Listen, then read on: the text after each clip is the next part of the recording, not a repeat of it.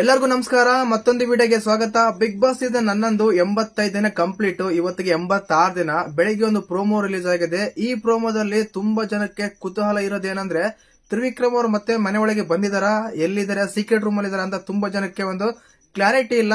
ಈ ಪ್ರೋಮೋದಲ್ಲಿ ಒಂದು ಕ್ಲಾರಿಟಿ ಇದೆ.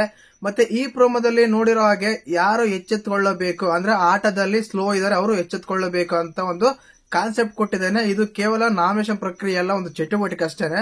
ಆ ಚಟುವಟಿಕೆಯಲ್ಲಿ ಯಾರೆಲ್ಲ ಕಿತ್ತಾಡ್ತಾರೆ, ಯಾರೆಲ್ಲ ಏನಾದ್ರು ಮಾತಾಡ್ತಾ ಇದಾರೆ, ಮತ್ತೆ ತ್ರಿವಿಕ್ರಮ್ ಅವರು ಬಿಗ್ ಬಾಸ್ ಮನೆಗೆ ಬಂದಿದಾರಾ ಇಲ್ಲ ಅಂತೆಲ್ಲ ಈ ವಿಡಿಯೋದಲ್ಲಿ ಮಾತಾಡೋಣ. ಒಂದು ಪ್ರೋಮೋ ರಿವ್ಯೂ ಮಾಡಿ ಅನಾಲಿಟಿಕ್ ಮಾಡಿ ಮಾತಾಡೋಣ. ದಯವಿಟ್ಟು ಚಾನಲ್ ಯಾರು ಹೊಸ ನೋಡ್ತಾ ಇದ್ರೆ ಮಿಸ್ ಮಾಡಿದ್ರೆ ಸಬ್ಸ್ಕ್ರೈಬ್ ಮಾಡಿ, ಲೈಕ್ ಮಾಡಿ, ಶೇರ್ ಮಾಡಿ.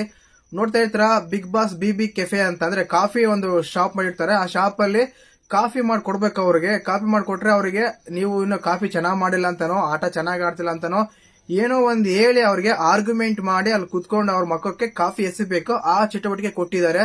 ನೀವು ನೋಡ್ತಿರ್ಬೋದು ಈ ಚಟುವಟಿಕೆಯಲ್ಲಿ ನಮ್ಮ ಗೌತಮಿ ಅವರು ಮಂಜಣ್ಣಿಗೆ ಕಾಫಿಯಿಂದ ಮಕ್ಕಕ್ಕೆ ಎಸ್ತಾ ಇದ್ದಾರೆ. ನೀವು ನನ್ನ ಮಾತು ಕೇಳಬಾರ್ದು, ನನ್ನ ಹಿಂದೆ ಬರಬಾರ್ದು, ಆಟ ಎಚ್ಚೆತ್ಕೊಳ್ಳಬೇಕು, ಚೆನ್ನಾಗಿ ಆಡಬೇಕು, ಇನ್ಮೇಲೆ ಯಾರ ಮಾತು ಕೇಳಬಾರ್ದು ಅಂತ ಹೇಳಿ ಹೇಳ್ತಾ ಇದ್ದಾರೆ. ಇದು ಸತ್ಯ ಕೂಡ ಹೌದು. ತುಂಬಾ ಸಲ ತುಂಬಾ ಟೈಮು ನಮ್ಮ ಮಂಜಣ್ಣ ಅವರು ಗೌತಮಿ ಹಿಂದೆ ಹೋಗಿ ಆಟ ಆಡೋದ್ ಬಿಟ್ಬಿಟ್ಟು ಏನೇನೆಲ್ಲ ಕೆಲಸ ಎಲ್ಲ ಬೇರೆ ಕೆಲಸ ಎಲ್ಲ ಮಾಡ್ತಾ ಇರ್ತಾರೆ. ಅದೇ ಕಾರಣಕ್ಕೆ ಗೌತಮಿ ಅವರು ಹೇಳ್ತಾ ಇದ್ದಾರೆ. ಇನ್ನೊಂದು ಬಂದ್ಬಿಟ್ಟು ನಮ್ಮ ರಜತ್ ಅವರು ಕೂಡ ಗೌತಮಿ ಅವರಿಗೆ ಒಂದು ಕಾಫಿನ ಮಕ್ಕಕ್ಕೆ ಎಸಿತಾರೆ. ಆ ಚಟುವಟಿಕೆ ಗೊತ್ತೇ ಇರುತ್ತೆ. ಅವ್ರ ಮಧ್ಯೆ ಒಂದು ಕಾನ್ವರ್ಸೇಷನ್ ಆಗ್ತಾ ಇದೆ. ಅದು ಹಾಗೇನೆ ಆಗ್ತಾ ಇದೆ, ಆಗ್ತಾನೆ ಇರುತ್ತೆ ಕೂಡ.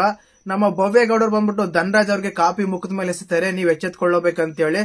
ಧನರಾಜ್ ಅವರು ಹನುಮಂತ ಮೇಲೆ ಎಸಿತಾರೆ. ಇದು ತುಂಬಾ ಅನ್ಎಕ್ಸ್ಪೆಕ್ಟೆಡ್ ಅಂತ ಹೇಳ್ಬೋದು. ಎಚ್ಚೆತ್ಕೊಳ್ಬೇಕಂತ ಹೇಳಿ ಧನರಾಜ್ ಅವರು ಹನುಮಂತ ಮುಖದ ಮೇಲೆ ಎಸಿತಾರೆ.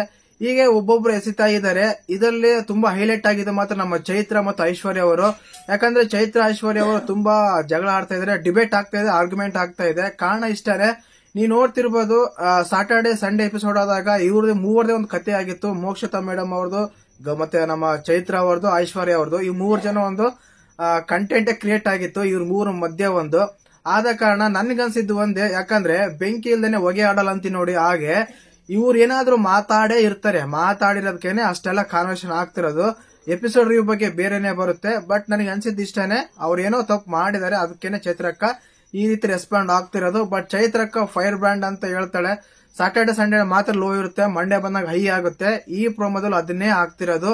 ಇನ್ನು ಕೊನೆಗೆ ಈ ರೀತಿ ಹೇಳ್ಕೊಂಡ್ ಬಂದಾಗ ನಮ್ಮ ತ್ರಿವಿಕ್ರಮ್ ಅವ್ರು ಬಂದಿಲ್ಲ ಬಿಗ್ ಬಾಸ್ ಮನೆಗೆ ಅಂತ ಕೇಳೋದಾದ್ರೆ ಖಂಡಿತವಾಗ್ಲೂ ಬಂದಿದ್ದಾರೆ ಕೂಡ. ನೀವು ನೀಟಾಗಿ ಪ್ರೋಮೋನ ಸ್ಲೋ ಮೋಷನ್ ನೋಡಿ ಮೋಕ್ಷತ್ ಅವರಿಗೆ ಕಾಪಿ ಎಸಿತಿರೋದು ನಮ್ಮ ತ್ರಿವಿಕ್ರಮ್ ಅವರೇ. ಎಚ್ಚೆತ್ಕೊಳ್ಬೇಕಂತ ಕಾನ್ಸೆಪ್ಟ್ ಅಲ್ಲ, ಆ ಚಟುವಟಿಕೆಯಲ್ಲಿ ತ್ರಿವಿಕ್ರಮ್ ಅವರು ನಮ್ಮ ಮೋಕ್ಷತ್ ಅವರಿಗೇನೆ ಎಸಿತಾ ಇದ್ದಾರೆ ಕಾಫಿ ನಮ್ಮ ಮಕ್ಕಳ ಮೇಲೆ. ಖಂಡಿತವಾಗ್ಲೂ ಬಂದಿದ್ದಾರೆ, ಯಾರು ಟೆನ್ಷನ್ ಪಡೋ ಅಗತ್ಯನೇ ಇಲ್ಲ. ಯಾಕಂದ್ರೆ ತುಂಬಾ ಕಮೆಂಟ್ಸ್ ನೋಡ್ತಾ ಇದೀವಿ.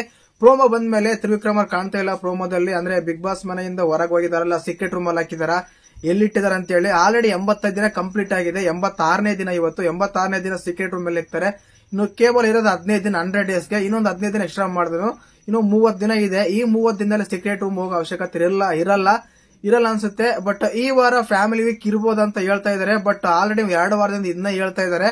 ಬಟ್ ಕನ್ಫರ್ಮ್ ಆಗಲ್ಲ, ಭಾರತ್ ಬಂದ ಮೇಲೆನೆ ಕನ್ಫರ್ಮ್ ಆಗೋದು ಫ್ಯಾಮಿಲಿ ವೀಕ್ ಅಂತ ಹೇಳಿ. ಖಂಡಿತವಾಗ್ಲೂ ಈ ವಾರ ಅಂತ ನೋ ಎಲಿಮಿನೇಷನ್ ವೀಕ್ ಆಗಿದೆ. ಬಟ್ ಈ ವಾರ ಎಲಿಮಿನೇಷನ್ ಇದ್ದೇ ಇರುತ್ತೆ ಅಂತ ಅನ್ಸ್ಕೊಂಡಿದ್ದೀನಿ. ಬಟ್ BB ಅವರು ಏನ್ ಮಾಡ್ತಾರ ಅಂತ ಅವ್ರಿಗೆ ಬಿಟ್ಟಿದ್ದು. ತುಂಬಾ ಸಲ ಈ ಸೀಸನ್ ಅಲ್ಲಿ 5-6 ಸಲ ನೋ ಎಲಿಮಿನೇಷನ್ ವೀಕ್ ಆಗಿದೆ, ನೀವು ಅರ್ಥ ಮಾಡ್ಕೊಳ್ಳಿ. ಮತ್ತೆ ಈ ಚಟುವಟಿಕೆ ನೋಡಿದಾಗ ನೀವ್ ಯಾರಿಗೆ ಹೇಳ್ತಾರೆ ಎಚ್ಚೆತ್ಕೊಳ್ಳಿ ಅಂತ ಕಮೆಂಟ್ ಮಾಡಿ. ಖಂಡಿತವಾಗ್ಲೂ ನನ್ಗನ್ಸಿದ್ದು ಒಂದೇ, ಇದು ನಾಮಿನೇಷನ್ ಪ್ರಕ್ರಿಯೆ ಅಲ್ಲ, ಕೇವಲ ಒಂದು ಚಟುವಟಿಕೆ ಮಾತ್ರ. ಇಲ್ಲಿ ನೋಡ್ತಾ ಇದ್ರೆ ಕಂಪೇರ್ ನೋಡ್ತಾ ಇದ್ರೆ ಕೇವಲ ಅವರವರ ಬೆಸ್ಟ್ ಫ್ರೆಂಡ್ಸ್ ಗೆ ಮಾತ್ರ ಈ ರೀತಿಯಾದ ಒಂದು ಮುಖದ ಮೇಲೆ ಕಾಪಿಸ್ತಾರೆ. ಮಂಜಣ್ಣ ಗೌತಮಿಗೆ ಗೌತಮಿ ಮಂಜಣ್ಣಗಾಗ್ಬೋದು, ಧನರಾಜು ನಮ್ಮ ಇವರಿಗೆ ಹನುಮಂತಗಾಗ್ಬೋದು. ಈ ರೀತಿ ಅವರ ಬೆಸ್ಟ್ ಫ್ರೆಂಡ್ಸ್ ಯಾರು ಇದಾರೆ ಅವ್ರನ್ನೇ ಎಸ್ಕೊಂತಿದ್ದಾರೆ ಕಾಪಿ ಮುಖದ ಮೇಲೆ. ಮತ್ತೆ ಈ ಚಟುವಟಿಕೆ ನೋಡಿದಾಗ ನಿಮ್ಗೆ ಹೇಗೆ ಅನ್ಸಂತ ಕಮೆಂಟ್ ಮಾಡಿ. ಹಾಗೇನೆ ವಿಡಿಯೋ ಇಷ್ಟ ಆದ್ರೆ ಲೈಕ್ ಮಾಡಿ, ಶೇರ್ ಮಾಡಿ, ಸಬ್ಸ್ಕ್ರೈಬ್ ಮಾಡಿ. ಜೈ ಹಿಂದ್.